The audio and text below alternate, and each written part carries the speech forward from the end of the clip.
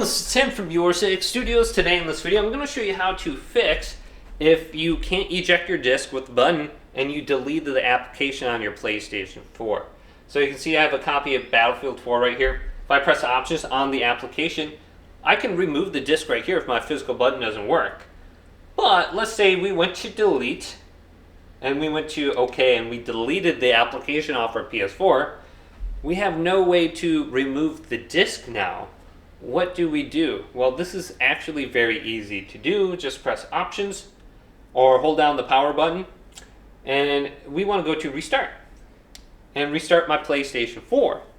Now when the PlayStation 4 restarts, it's going to reread the disc and then it will show up on the home screen once again.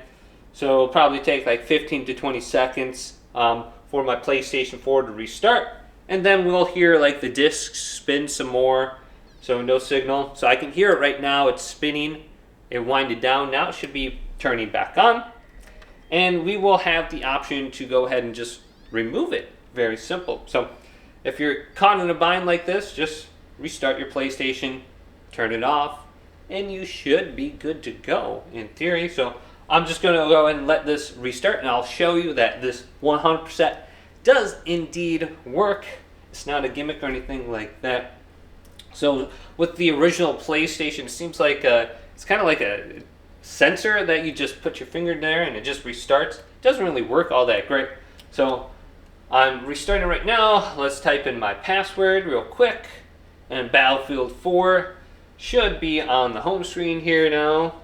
And I should be able to just simply delete it or remove it. So let's go to this, remove disk. I'll pop out now, and then I should be able to just take it and show you. Boom, here it is, Battlefield 4. So hopefully this video did indeed help you guys out. If it did, leave it a big thumbs up and subscribe to my channel down below for more checkout videos coming up next on YourSixGaming.